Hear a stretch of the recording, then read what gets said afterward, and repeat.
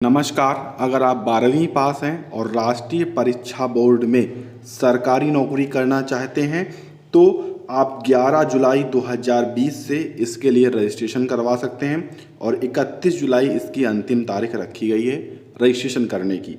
साथ में परीक्षा तिथि भी 31 अगस्त रख दी गई है, यानी कि एक महीने बाद आपको इसके लिए परीक्षा देनी होगी।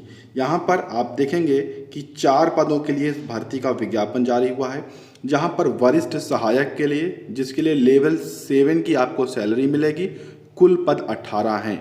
कम से कम यहाँ पर आपकी जो एज है यानी कि 27 वर्ष से अधिक नहीं होनी चाहिए। 27 वर्ष अगर आपकी एज है तो आप वरिष्ठ सहायक के लिए आवेदन कर सकते हैं।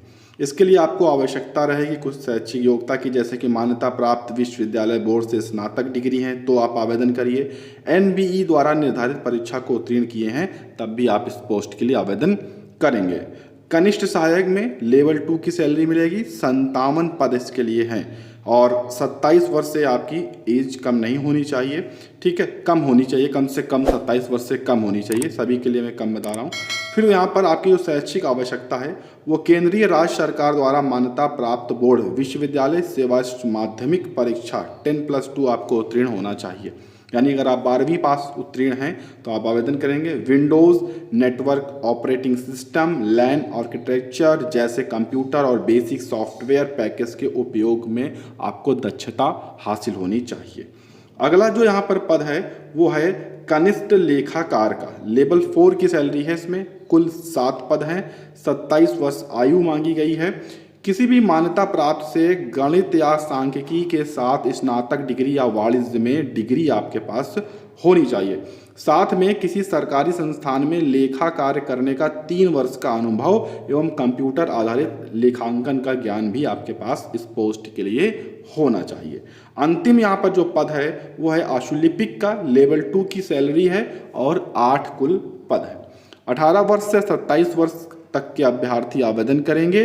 कम से कम 12वीं पास होना चाहिए, लेकिन आशुलिपिक यानी कि आपको टाइपिंग 30 शब्द प्रति मिनट या 80 टाइपिंग में आशुलिपिक कौशल आपको हासिल होना चाहिए। उम्मीदवारों को बोर्ड द्वारा आयोजित की जाने वाली सामान्य अंग्रेजी, शॉर्ट हैंड और टाइपिंग में परीक्षा में शामिल होना होगा, यहाँ पर आप याद रखें।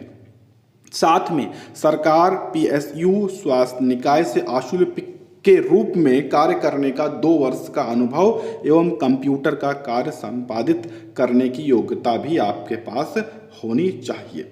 कुछ यहाँ पर महत्वपूर्ण चीज़ें हैं, उन्हें आप देख सकते हैं, जैसे कि जो पद हैं, चारों पोस्ट के लिए जो पद हैं उन्हें स्केल वाइज डिवाइड किया गया है। साथ में यहाँ पर अनारक्षित को कितने हैं, अनुसूचित जाति, अनुसूचित जनजाति और अन्य पिछड़ा वर्ग को कितने पद दिए गए हैं, ये यहाँ पर डिवाइड करके बताया गया है। इस ऑफिशियल नोटिफिकेशन को डाउनलोड करने के लिए वीडियो के डिस्क्रिप्शन बॉक्स में जाकर टेलीग्राम लिंक ज्वाइन करें, वहां से आपको ये ऑफिशियल नोटिफिकेशन मिल जाएगा। हम यहाँ पर बता दें कि आयु सीमा में रिजर्वेशन मिलेगा। SC, ST, OBC इस तरह के अभ्यर्थियों को यहाँ पर रिजर्वेशन मिलेगा।